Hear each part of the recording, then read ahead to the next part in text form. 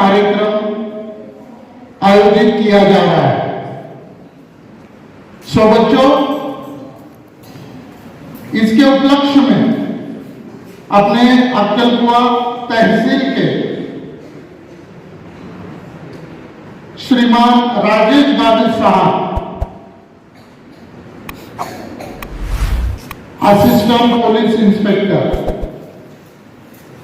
और उनके साथ पधारे हुए असिस्टेंट पुलिस इंस्पेक्टर श्रीमान महाजन साहब, साथ ही एएसआई शामराव सोनोने साहब और हवलदार शरद पाटिल साहब, ये हमारे बीच उपस्थित है। आप सभी ने इनका स्पेशल स्काउट क्लैप से स्वागत करना है।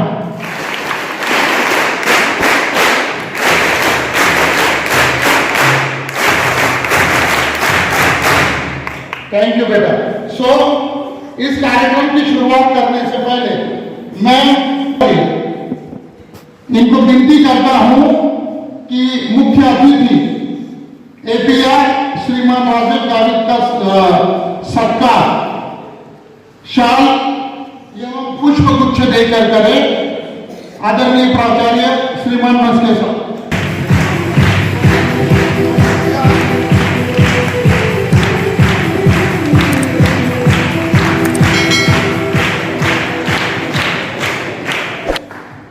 श्रीमान महाजन साहब का भी स्वागत एवं सत्कार आदरणीय प्राचार्य महोदय करेंगे।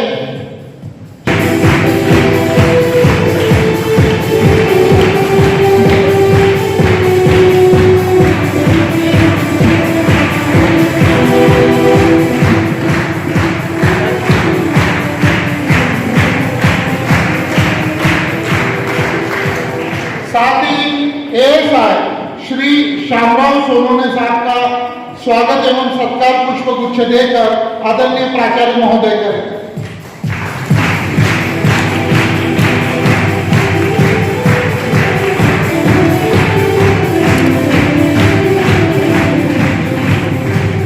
के साथ हवलदार श्री शरद पाटिल साहब का सत्कार भी आदरणीय प्राचार्य महोदय करेंगे पुष्प गुच्छ देकर।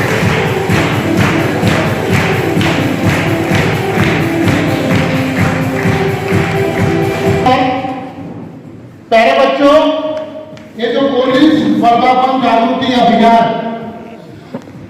कार्यक्रम आयोजित किया जाता है, इसका उद्देश्य एवं लक्ष्य इस प्रकार से होता है कि जो एक्सीडेंट होते हैं, ट्रैफिक के जो नियम होते हैं, अपनी खुद की सेफ्टी एंड सिक्योरिटी, समाज में एक अच्छे नागरिक बनने का दायित्व एवं उसका कर्तव्य क्या है, और हम सभी ने जो रात दिन 24 घंटे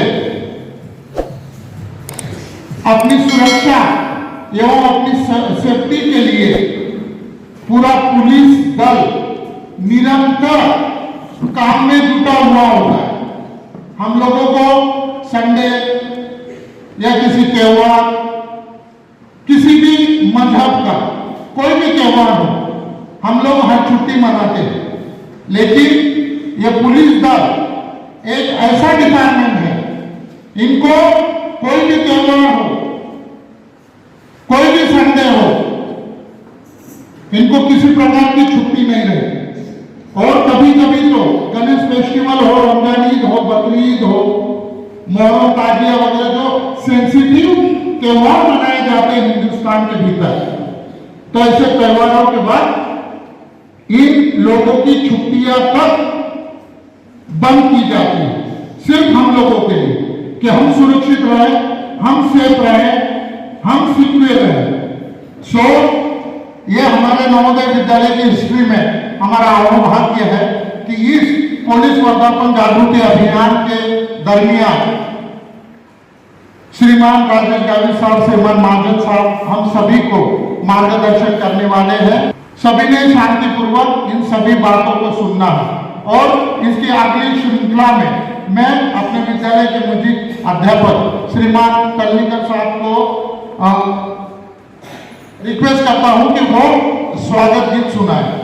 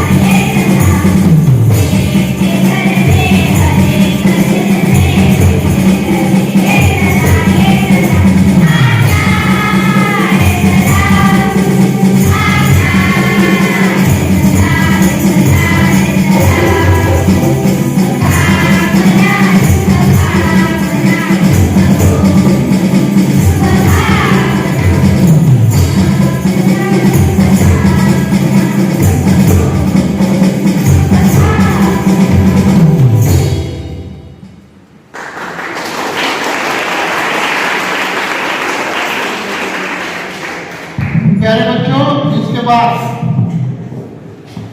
श्री शामराव सोनोने सर और शरद पाटिल सर हम सभी को डेमो करके दिखाने वाले हैं। उस डेमो के पश्चात फिर एपीआई साहब हमें मार्गदर्शन करेंगे। हेलो, सुनने पाता जवान सर? सबको सुनने पाता? इस पूरे आकार का नाम है SLR, self loading rifle 1A1 इसका पूरा नाम है। किसी भी आकार का मुलायजा करने के लिए उसको पहले मैगजीन कैच को निकाल के मैगजीन उतारा जाता है, फिर इसको क्लियर किया जाता है। अंदर राउंड है कि नहीं, ट्रिगर प्रेस, चेन लीवर आर पर करके ट्रिगर प्रेस करके वापस चेन लीवर यस में किया जाता है।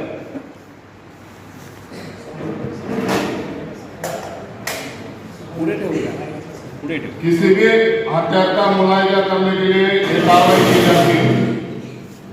अगर आपको मालूमात देने का है तो किसी भी हथियार का ऊपर से लेके नीचे तक, नीचे से लेके ऊपर तक मालूमात देना पड़ता है। इस हथियार पर टूबट, गिलबट, पिस्टल ग्रिप, ये मैगजीन क्या थे, ये open barrel, flash हाइडर, foresight protector,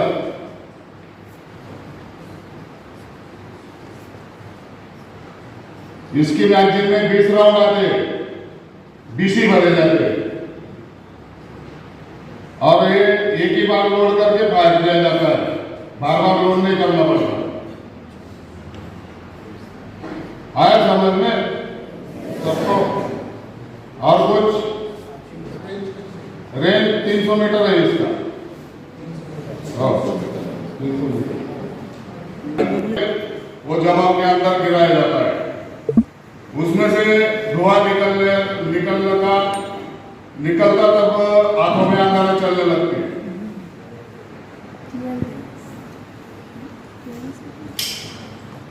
ये खुल गया गैस, इसके अंदर वो सेल डाला जाता है, गैस सेल।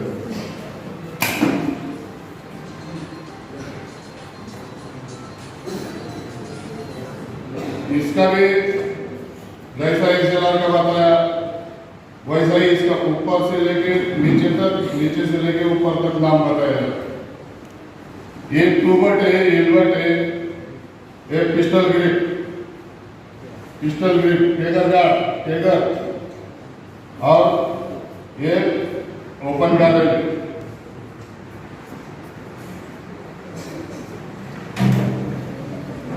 इस पूरे हथियार का नाम है 12 बोर पंप एक्शन गन। इसमें राउंड हथियार को उल्टा किया जाता है, इससे यहां से डाला जाता है, 5 राउंड बैठते हैं इसमें।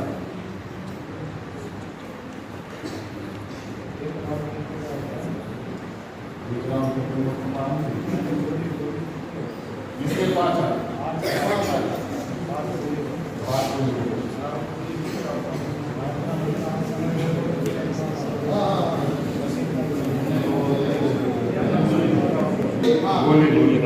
तो तुम राउंड चक्कर समझोगे, ऐसा नहीं है। इसको बार बार लोड किया जाता है।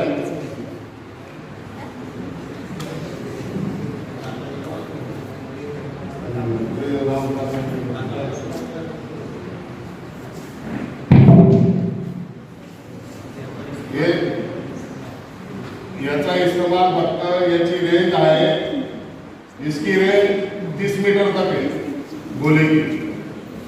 30 मीटर तक आदमी जख्मी हो सकता है।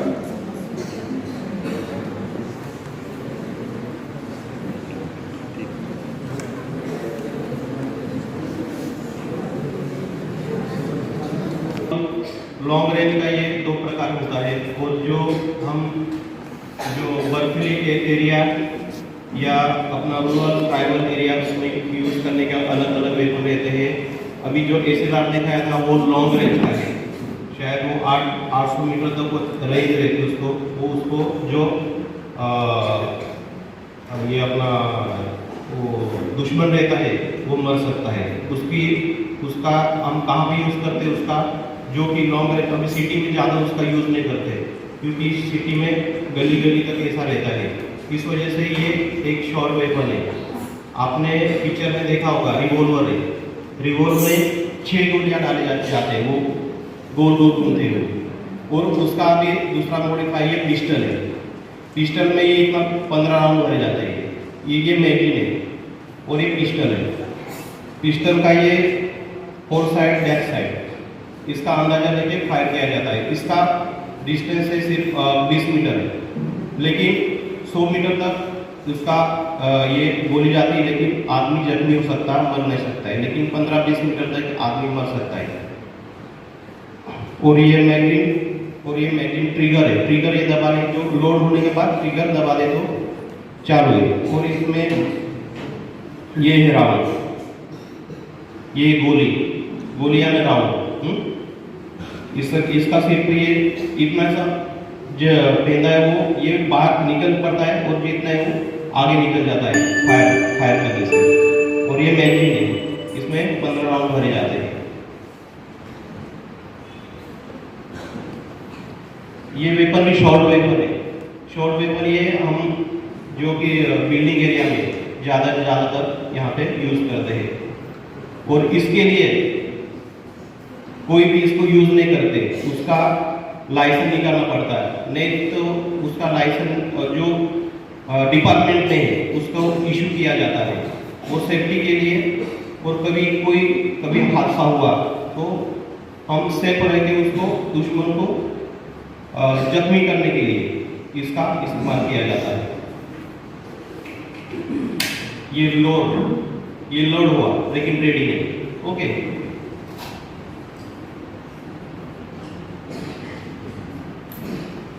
और जो एक सामने बताया था, यदि कोई मॉब हो, बहुत बड़े मॉब जमा हो, तो उसमें वो तितर बितर करने के लिए यूज़ किया जाता है। जो फायर करने के बाद उसको पूरा धुआं जैसा उसको देख के पब्लिक तितर बितर फैल जाती है।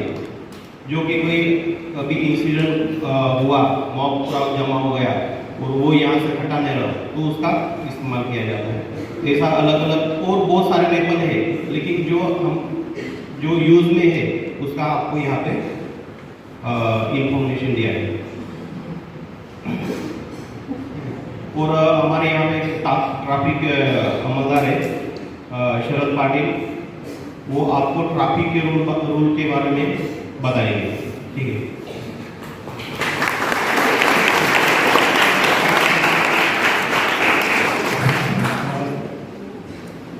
ट्रैफिक के बहुत से रूल है।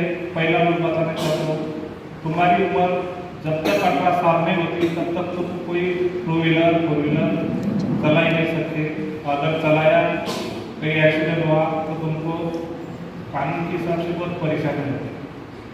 उसके बाद 18 साल के बाद अगर आप लाइसेंस निकालते हो, लाइसेंस निकालने के बाद आपको परमिशन देती है पुलिस के अंदर कि आप गाड़ी चला सकते हो, 4 व्हीलर हो या 2 व्हीलर। इसके बहुत से प्रकार होते हैं लाइसेंस के। एक 2 व्हीलर वाला होता है, सिंगल 4 व्हीलर वाला होता है डबल। 4 व्हीलर का मतलब है आप कोई भी गाड़ी चला नहीं सकते। 2 व्हीलर का लाइसेंस और आप 4 व्हीलर का लाइसेंस पे ये चला नहीं सकते। इसमें दूसरा है, 4 व्हीलर में बैठने के बाद सबसे पहले अपना सीट बेल्ट लगाए। सीट बेल्ट लगाने से आप कहीं भी ट्रैवल करते हो तो वो टाइम अगर एक्सीडेंट हुआ तो आप सीट बेल्ट लगाने की वजह से आप वहाँ पे बच सकते हैं, यानी आपको कोई इंजरी नहीं हो सकती सीट बेल्ट की वजह से। दूसरी बात, आप अगर कोई रास्ता क्रॉस कर रहे हैं तो दोनों तरफ देखें, दाईं और बाईं ओर कोई तो गाड़ी या कोई 4 व्हीलर वगैरह कुछ प्राइवेट कोई वाहन आ रहा है कि नहीं आ रहा है, उसी बार रास्ता क्रॉस करें। दूसरा है, हमारा पुलिस डिपार्टमेंट ने अभी डायल 112 ये नया पुलिस डिपार्टमेंट ने अलॉट किया गया है। इसका नाम है डायल 112।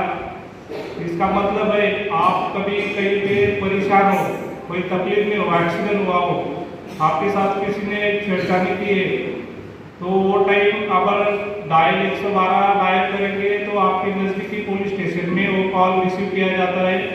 उसके अंदर रिसीव होने के बाद आपको ज़्यादा से ज़्यादा जल्दी हो सके उतनी आपको हेल्प पुलिस की तरफ से मिलती है।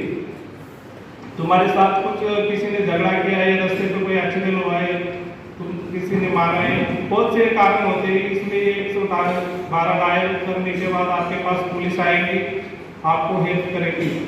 ये नहीं कि आप नंदुरबार जिले में और आकर कोई हो तो वहीं पे आपको ये सहायता मिलेंगे, ऐसा कुछ नहीं है। आप अगर बाहर मुंबई में भी रहे तो भी 112 डायल कर सकते हैं, उसके बाद आपको हेल्प मिल सकती है। दूसरा है, इसके कारण आपको ज़्यादा ज़रूरत हो तभी आप 112 डायल कर सकते हैं, नहीं तो बिना काम के आप 112 डायल करेंगे, पुलिस आएंगी, बिना काम के आपको परेशानी होगी। जब आपको बहुत ही ज़रूरत है, आप परेशान हो, कोई तकलीफ में हो, उसी टाइम आप 112 डायल कर सकते हैं। दूसरा है, ट्रैफिक के बहुत से नियम है। अगर आपने हेलमेट नहीं पहना हो तो ट्रैफिक पुलिस इसको बोलते हैं ई चलन का मशीन बोलते हैं इनको।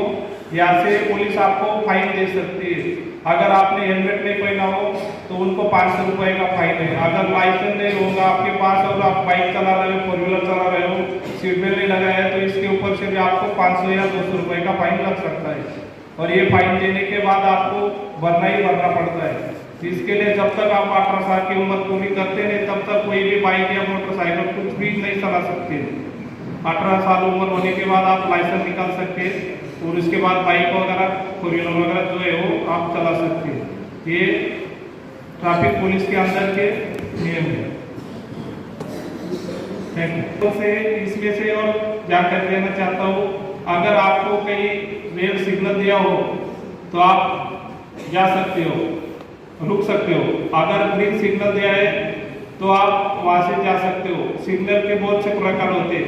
अगर आपके बाएं ओर कोई निशान दिया हो सिग्नल के ऊपर तो आप बाई तरफ का ट्रैफिक से जा सकते हो। दाई तरफ स्टॉप दिया हो तो वापस रुकना पड़ता है। ऐसे बहुत से सिग्नल के निशान होते हैं, लेकिन जो अपने ग्रामीण भागों में वैसे सिग्नल का अभी तक कुछ ज़्यादा जरूरत गिरती नहीं। जैसे बड़े शहरों में सिग्नल के बहुत से प्रकार है।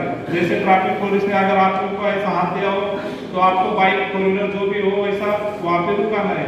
जब तक वो ऐसा हाथ देते नहीं आपको निकलने के लिए तब तक आप निकलना नहीं, वहाँ पे रुकना है। अगर तुमने सिग्नल तोड़ के निकलने की जरूरत की तो आपको फाइन मिल सकता है। Thank you.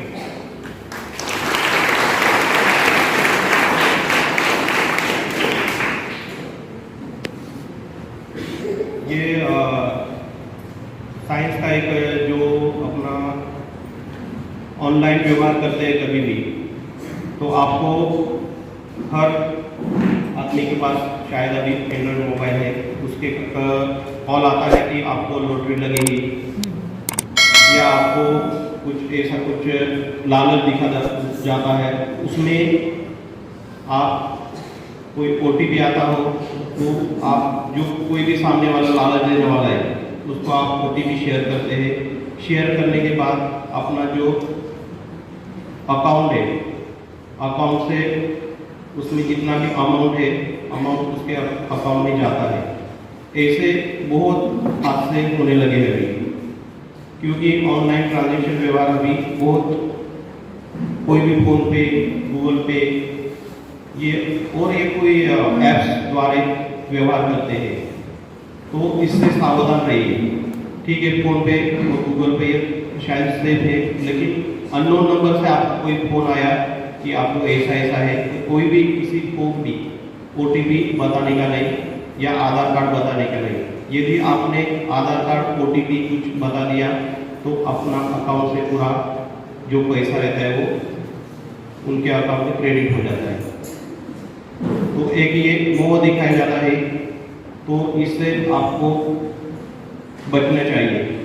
ये एक इम्पोर्टेंट आपको मैसेज देना क्या था क्योंकि हमारे अभी कल भी एक आया था, उसके क्रेडिट कार्ड से कोई पूछा था कि आपको लोन मिलेगा, क्रेडिट कार्ड तो टॉप ऑफ मारा जाएगा, अपना वाणी मेरी के यहाँ से था, तो उसका 15,000 गया था, लेकिन वो विद इन ये आधा घंटे में पुलिस स्टेशन में आ गया था। तो हमने उसको बोला था आपका जो अकाउंट है वो ब्लॉक कीजिए स्टार्ट में, वो और बैंक को लेटर दीजिए, और दूसरा cybercrime.government.in वो वेबसाइट में जाइए, आप जो कंप्लेन है तुरंत कंप्लेन कीजिए। तो उनका जो 15,000 उनका गया था, लेकिन जो आगे वाला दूसरा अमाउंट था वो ब्लॉक करने के वो बच गया था, और जो 15,000 में गया था वो साइबर क्राइम जो वेबसाइट है उस पर उसने कंप्लेन करने के बाद अभी कल मुझे मिला था, तो और हमने जो साइबर पुलिस स्टेशन में पार में जो उनकी कंप्लेन वहाँ पे भेज दी थी, तो उनको जो 15,000 थे वो भी रिफंड मिल गई थी। यदि ऐसा अपने हादसा हो गया तो 24 आवर्स में यदि आप कंप्लेन कर सकते हो तो आपका पैसा रिफंड मिल जाता है। यदि 24 आवर्स के ज़्यादा हो गया तो रिफंड आना बाकी बहुत मुश्किल रहता है। और जो साइबर फ्रॉड जो रहता है तो यहाँ पे नहीं, जो यूपी बिहार बहुत बड़े इंजीनियर वो साइड में रहता है, वो डुप्लीकेट डॉक्यूमेंट दे के वो अपना फ्रॉड करता है। हम मुंबई जॉब करते थे, वहाँ पे एड्रेस डाला था, लेकिन वहाँ पे नहीं मिलते, उनका लोकेशन गलत रहता है। इस वजह से ऐसा साइबर फ्रॉड करने वाले अभी बहुत ये तैयार है, और उनको कैसे साइबर फ्रॉड करने से तुरंत उसको कुछ लालच दिखा के उनको तुरंत पैसा मिल जाता है। ऐसा करके उसमें बहुत लोगों का नुकसान भी हो गया है। कभी कभी का उनको नाम पता मिलने से एक्यूज मिल नहीं पाता, इस वजह से उनको पैसा भी रिफंड नहीं मिलता। ये इम्पोर्टेंट बात है। और दूसरा जो कि अभी वो वुमेन सेफ्टी के उसमें कॉलेज में या कहाँ पे अपना छेड़छाड़ी का प्रकार रहता है, तो कोई भी लड़की को कोई लड़का छेड़ता है तो अपने प्राध्यापक या अपने टीचर को बताइए, नहीं तो उसके ऊपर कोई तो एक्शन ली जाएगी। और आपको साफ साफ कहने का कि इसने मुझे टॉर्चर किया था, तो आप प्रिंसिपल सर को बताइए या टीचर को बताइए, टीचर हमको बताएगा, हम क्या सजा देने का हम सजा देंगे। ये नहीं तो आप ऐसे कोई लड़की रहते कि अपने माइंड में बैठा रहती, क्यों हम उस टीचर को क्यों बोलूँ, क्योंकि बोलेंगे तो वो लड़का मुझे और टॉर्चर करेगा। ऐसा कुछ करने की बात नहीं, आप क्लियर ही टीचर को बताइए। लड़का था एक 15 साल का लड़का, वो 8th स्टैंडर्ड में वो पढ़ाई करते थे, दोनों दोस्त थे। तो वो कोई मोबाइल के इशू से उसने एक 15 साल का लड़का था, उसका मर्डर पहले किया था। वो उसका पहला भी एक मैटर हुआ था, यदि वो मैटर पहले बता देते तो ये हादसा नहीं होता। इस वजह से मैंने एग्जाम्पल दिया कि कोई ऐसा छेड़ता है या कुछ इशू हो तो आप बताना चाहिए, क्योंकि जो अगला इशू होने वाला है उससे बच सकता है ऐसा। तो शायद वो भी ऐसा कोई बता दे, उसको एक्शन लेके वो सॉल्व हो जाता है। और उतना अभी मेरे 11 साल सर्विस हो गई, मैंने 8.5 साल मुंबई में जॉब किया था, और प्रोमोशन के यहाँ पे मैंने 1.5 साल हो गया। तो इतने सर्विस में कि इतना वार, 14 साल का लड़का वार कर सकता है, कभी देखा नहीं इतना। तो ऐसे जो लड़के हैं वो अपने टीचर को आपकी थोड़ा जो देखना चाहिए, टीचर ने भी उनका बिहेवियर कैसा है, तो उसके ऊपर वो उसका थोड़ा माइंड सेट करना। तो उसको अभी बाल होने का रहता, उसको अभी 14 साल 18 साल का नीचे हो तो बाल होने का रहता उसको, तो उसको हम पुलिस अरेस्ट नहीं कर सकती। उसके लिए एक अलग कोड रहता है, जुवेनाइल कोड बोलते हैं उसको। हर डिस्ट्रिक्ट में जुवेनाइल कोड रहते हैं, वहाँ पे शो करते हैं। तो उसका एक वो उसमें चेंजेस होने के लिए एक सुधार कर रहता है, वो अभी दुनिया में है। तो वो लड़के को भी सुधार घर में रखा है, क्योंकि उसके माइंड में चेंजेस होते नहीं होते। 21 साल तक उसको हम वहाँ पे रखते हैं, जो कोड रहता है वो उसके माइंड में कोई फर्क हो गया तो उसको फिर एजुकेशन उसके पिताजी के पास दे सकते हैं, और 18 अबाव हो तो उसको अरेस्ट करके हम जेल में डाल सकते हैं। तो वो पास होने का तो अभी वो दुनिया में है। तो कोई भी कभी ऐसा इशू हो तो टीचर को बताइए, ये बहुत इम्पोर्टेंट है। ठीक है, धन्यवाद।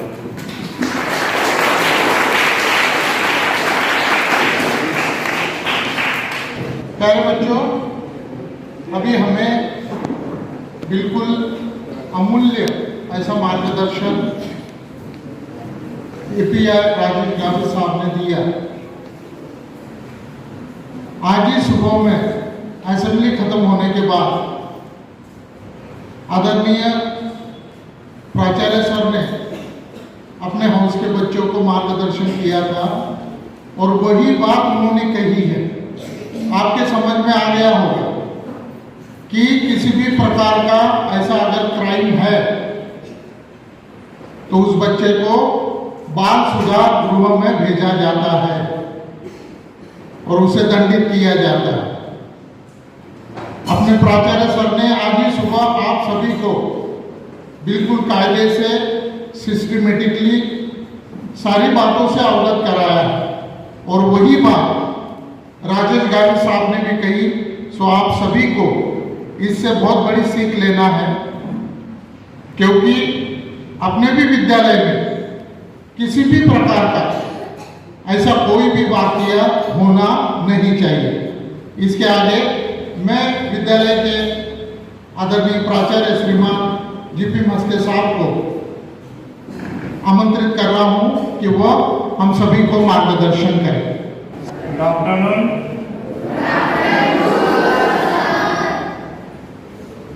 बैठे बैठे सावधान। ओके, मंच पे उपस्थित सम्माननीय श्री राजेश गावित सर, कलकुआ, श्री महाजन सर PSR कलकुआ, श्री सोनोने सर, पाटिल सर, सभी सम्माननीय अध्यापक साथी एवं मेरे सारे बच्चों, आज ये जो प्रोग्राम आपके लिए आयोजित किया है, उद्देश्य साफ है कि बहुत सारी जानकारी जो होती है, खास करके हमारे दैनंदिन जीवन में हम जिस प्रकार से रहते हैं उसमें अनुशासन, डिसिप्लिन जो है इसका बहुत बड़ा महत्व है। हम जिस भी प्रकार के व्यवहार करते हैं, हर व्यवहार कायदा कानून से बंधा हुआ होना चाहिए। जहाँ पे कानून हट गया है ना, आपने कभी बोर्ड पड़ा होगा रोड पे, है ना, कि नजर हटी और दुर्घटना घटी। तो ऐसा ही व्यवहार, ऐसी ही घटना हमारे साथ हो सकती है अगर हम हमें नियम से अलग कर दे तो। जब तक हम लोग नियम के साथ है हम सुरक्षित है। अगर हमने नियम का उल्लंघन किया तो हमने दुर्घटना को आमंत्रित किया, ऐसा हो सकता है। पुलिस डिपार्टमेंट और स्कूल लगभग सेम संस्कार देने के लिए है।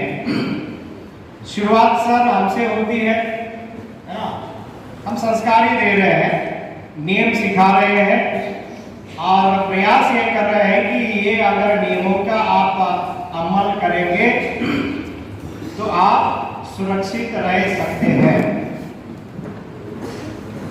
और हमारी बात का असर नहीं हुआ तो आगे फिर पुलिस डिपार्टमेंट का काम शुरू होता है ना। हम बात करते हैं, है ना, हमारे हाथ में नहीं बल्कि शब्द हमारे काम करते हैं। शब्द का असर नहीं हुआ तो फिर आगे डंडा है, गोली है और बहुत कुछ बोली है ना। और दोनों का उद्देश्य व्यक्ति को शासन में रखना है ना। सुशासन में आप कैसे रहोगे इसका प्रयास किया जाता है। और बहुत सारे 99% लोग ये नियमों का अनुपालन करके जीने में धन्यता मानते हैं। केवल मात्र ये जो संख्या होती है जो हमेशा अनुशासनहीन रहने में एंजॉय करना चाहते हैं, है ना, जिनको बातों से असर नहीं होता है, तो उन्हें फिर जो सुटेबल ट्रीटमेंट है वो मिल जाती है और वहां पे फिर दुरुस्ती होना तय है ना। शायद आपकी एक कोई सी रूम होती है, एक आपके यहाँ रूम होती है उसमें लॉकअप नहीं, जो सही बोलने के लिए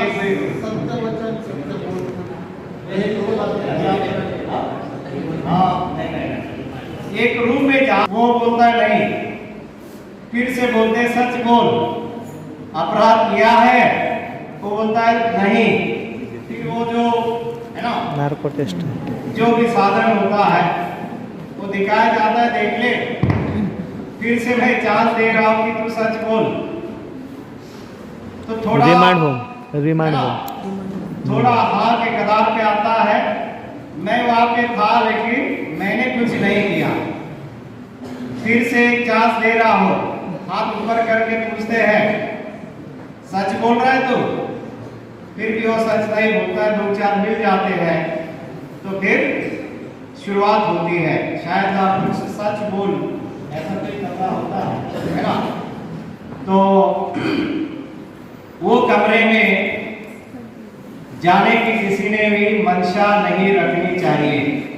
बेहतर यह है कि हम अनुशासित रहें, है ना, अनुशासन का पालन करें, तो निश्चित रूप से हमारा जो जीवन है बहुत ही उज्जवल रहेगा, शांति भरा रहेगा, सुखदायी होगा। नहीं तो आप है मुझे मार इस स्थिति में आप रहोगे। तो ऐसे हम लोग ना रहे कि हमारे जो पुलिस डिपार्टमेंट के अधिकारी है, कर्मचारी है, इनका जो कार्य है ये कार्य हमें सुरक्षित रखने के लिए होता है। सभी लोग सुन रहे हैं, फिर से बैठे बैठे सावधान बातें बताई। कई लोग गुनाह करते हैं तो कई लोग अपराध करते हैं।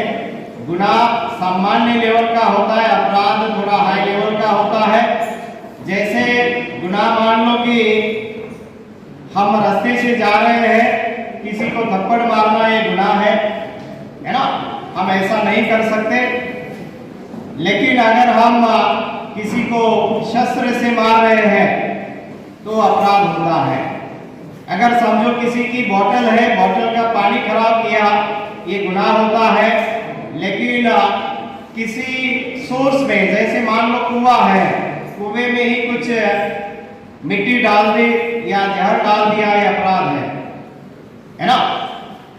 तो हम लोग चलते फिरते कभी उद्देश्य हमारा नहीं होता है कि हम ऐसा कोई गुनाह या अपराध करें, लेकिन अगर हम नियम के जानकार नहीं है, हमें जानकारी ही नहीं है और हम अगर कुछ ऐसा करते हैं तो इसे एक गुनाह माना जाता है ना। कई बार हमें जानकारी होती है, लेकिन जानकारी का उपयोग अगर हम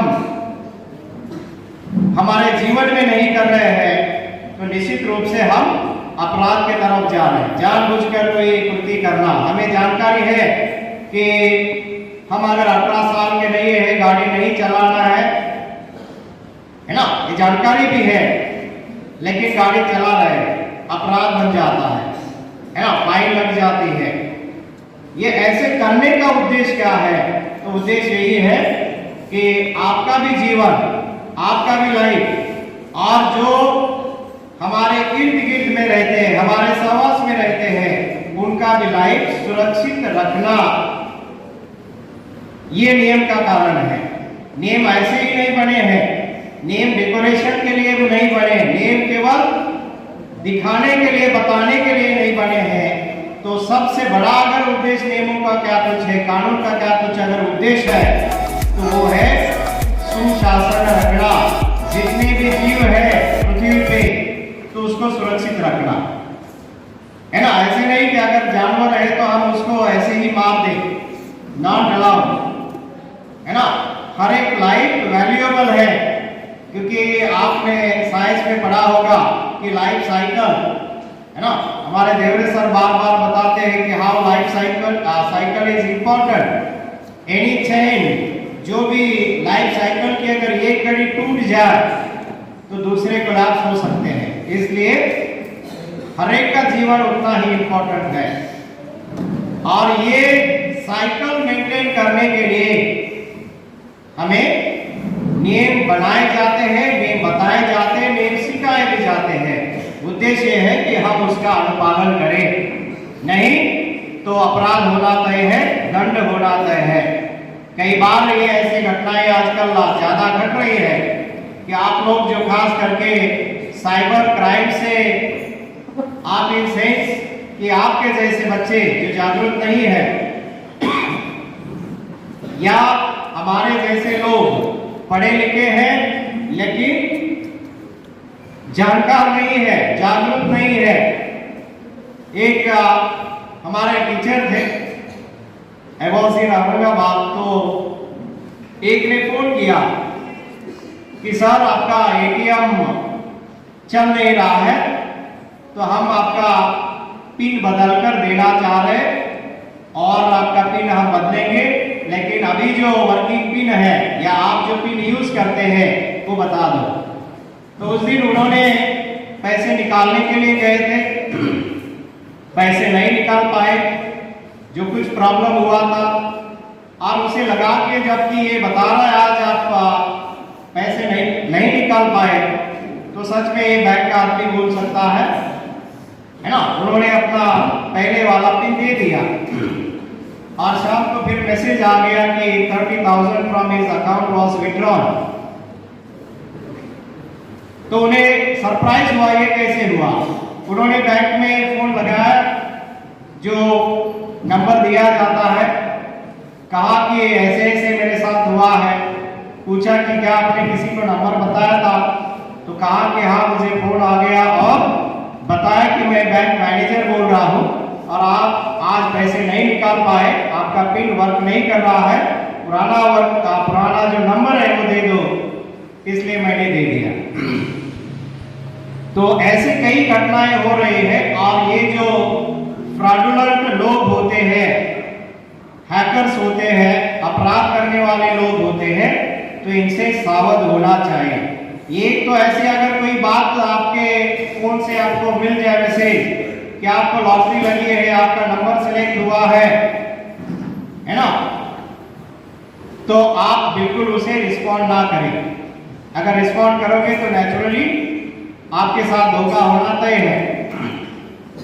आपको फोन कॉल आते हैं, आजकल लोग फोन कॉल में जो पहले जानकारी पूछ रहे थे वो जानकारी नहीं पूछ रहे है ना। पहले पूछते थे कि आपके इसमें आपने नंबर भेजा है, तो ये नंबर आप एक बार हमें सेंड करो, आपको ये गिफ्ट मिलेगी।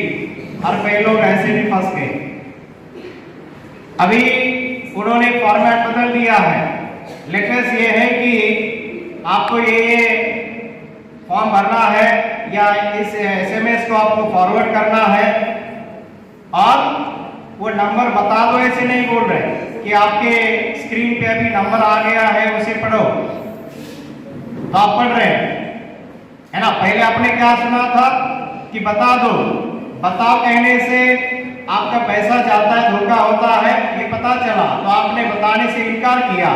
तो वो अभी उन्होंने टेक्निक चेंज किया कि आपके स्क्रीन पे ये नंबर दिख रहा है, हाँ दिख रहा है, पढ़ पा रहे हैं, हाँ पढ़ पा रहे, पढ़ो, तो आपने पढ़ लिया, बताया नहीं, है ना। पढ़ना और बताना क्या अलग है, सेम है। तो ऐसे कहीं हमेशा ये आपराधिक लोग अपने सोच में बदलाव लाते हैं, सोच बदलाव करते हैं, उसमें फॉर्मुलेशन करते हैं, और जो पहली जानकारी हमारी है जिसके साथ हम काम करते हैं उसे क्रॉस करके आगे वो काम करते हैं तो सक्सेसफुल होते हैं। तो जो भी ऐसे पैसे से रिलेटेड, नंबर से रिलेटेड कोई फोन आ जाए तो उसको रिस्पॉन्ड नहीं करना है। ऐसे अननोन अगर नंबर है तो उसको रिस्पॉन्ड ही नहीं करना है, रिसीव नहीं करना है ना। आप तो अभी बैंक के व्यवहार नहीं करते, नो डाउट, लेकिन आपका जो हैंडसेट होता है उसका भी नंबर बैंक में सेव है, उसमें अगर कोई नंबर आ जाए तो आप रिसीव करते हो और रिस्पॉन्ड करते हो। आजकल काफी एडवांस टेक्निक ये लोग यूज कर रहे हैं जिससे अपराध बढ़ते जा रहा है। और हमारी जो पुलिस यंत्रणा है जो मिनिमम है उन पे दिन ब दिन स्ट्रेस आ रहा है ना। बहुत कम एम्प्लॉयज की संख्या है और अपराध का स्वरूप बढ़ रहा है, अपराध की संख्या बढ़ रही है, और जिसके लिए हम सभी लोग जिम्मेवार हैं। अगर हम लोग जिम्मेवार लोग, जागरूक व्यक्ति के जैसे रहेंगे और अगर हमारा थोड़ा थोड़ा योगदान, थोड़ा थोड़ा सहकार्य हमारे पुलिस यंत्रणा के साथ करेंगे तो निश्चित रूप से हमें फायदा होगा। ये हमारी जो यंत्रणा है सुरक्षा के लिए ये हमें मदद कर सकती है। कई बार ये होता है कि हमें जानकारी भी है लेकिन डर के मारे हम बोलते नहीं हैं, यानी चोर को जैसे हम सपोर्ट ही कर रहे हैं, चोर को हम डर रहे हैं कि हम अगर ना बताएंगे तो हम भी फंस जाएंगे। ऐसा बिल्कुल नहीं है ना। कई बार अपराध होते हैं, हम वहां से बिल्कुल बाईपास करके निकल जाते हैं। क्यों? तो हमें ऐसा या ऐसी जानकारी है कि हम अगर वहां पे रुकेंगे तो अपराध हम पे फिक्स होगा, है ना। ऐसे नहीं होना चाहिए। पुलिस हमारे मित्र है, पुलिस हमारे सुरक्षा के लिए है, तो हम लोग उतना ही हमारा भी जो दायित्व है एक जागरूक नागरिक के रूप में, तो वो दायित्व हम अगर निभाए तो ये हमारे लिए ज्यादा से ज्यादा सुरक्षा मुहैया कर सकते हैं। लेकिन अगर हम ऐसा करने में कसूर करते हैं, है ना, अलग रखते हैं, तो हम हमारी सुरक्षा को सेक लगा रहे हैं। तो ऐसा आप लोग ना करें। जो जो जानकारी यहाँ पे आज हमारे पुलिस अधिकारियों ने यहाँ पे शेयर की है, चाहे वो ट्रैफिक के संदर्भ में हो, बाल गुनहगारी के संदर्भ में हो, या अन्य जो अपराध आजकल हो रहे हैं, है ना, चाहे छोटे बच्चों के साथ ये अपराध हो रहे हैं, लड़कियों के साथ अपराध हो रहे हैं, महिलाओं के साथ अपराध हो रहे हैं, या इवन सामान्य नागरिक के साथ भी अपराध हो रहे हैं। ये अपराध होने के लिए पुलिस गुनहगार नहीं है, पुलिस की कोई भूमिका नहीं है, हम ही गुनहगार हैं, है ना। हमारी जो भूमिका है हम अगर सक्षम रूप से निभाएंगे, जो भी, क्योंकि जब भी बड़ी घटना घटती है उसके पहले कई घटनाएं घटी होती है, या उस घटनाओं का क्रम यही पहले शुरू हुआ होता है और जाके बड़ी घटना घटती है। जैसे साइंटिफिक सिद्धांत अगर आपने कि जब आग लगनी होती है तो आग ऐसे एक केवल ईंधन से नहीं लगती है, केवल ऑक्सीजन से नहीं लगती है, तो उसके लिए 3 घटक जैसे जरूरी होती है, तभी जाके we can set the fire, आग लगती है। उसी प्रकार से कोई अगर दुर्घटना घटती है, कोई अगर अपराध समाज में घट रहा है, तो अचानक आलोकनेस में एकांत में नहीं होता है, उसके लिए कई घटक जिम्मेवार होते हैं और उस घटक में हम एक होते हैं, है ना, सामान्य नागरिक के रूप में हम लोग होते हैं। अगर हमें उसकी जानकारी है तो हम वो जानकारी घटना घटने के पहले देना चाहिए, पुलिस को इंफॉर्मेशन देनी चाहिए, तो दुर्घटना को हम रोक सकते हैं। और इसी के लिए ये पुलिस लोग हमारे साथ सक्षमता से काम कर सकते हैं, हमारी सुरक्षा मुहैया कर सकते हैं, निश्चित कर सकते हैं, है ना। आज अगर हम सुरक्षित हैं, हम अगर घर में, अपने घरों में, हॉस्टल में, जहां भी है वहां पे चैन की नींद अगर ले पा रहे हैं तो उसके उसका जो क्रेडिट है ये हमारे साथियों को जाता है। समझ रहे? हम ऐसे ही सुरक्षित नहीं है। रात दिन हमारे लिए ये पहरा दे रहे हैं, पेट्रोलिंग कर रहे हैं, है ना। हमें लगता है कि पुलिस का और हमारा क्या संबंध है? पुलिस हमारी जो सुरक्षा कैसे इंश्योर कर रहे हैं।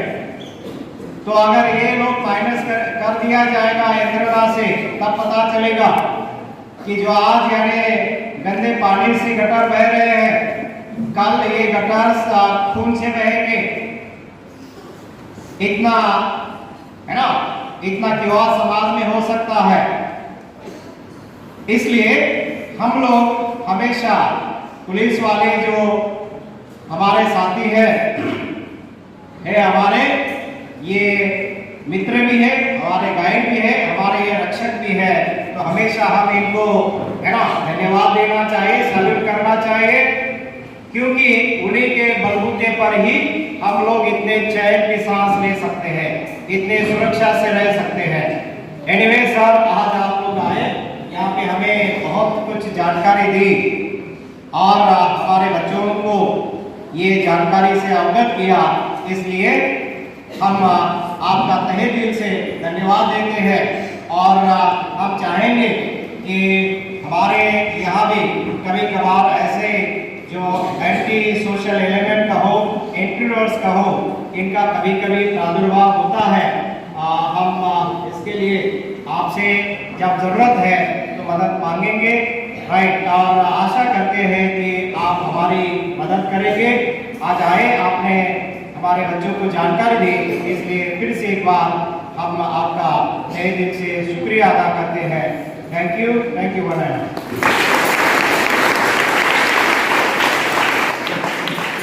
बच्चों, प्रोग्राम की समाप्ति हो रही है यहाँ पर।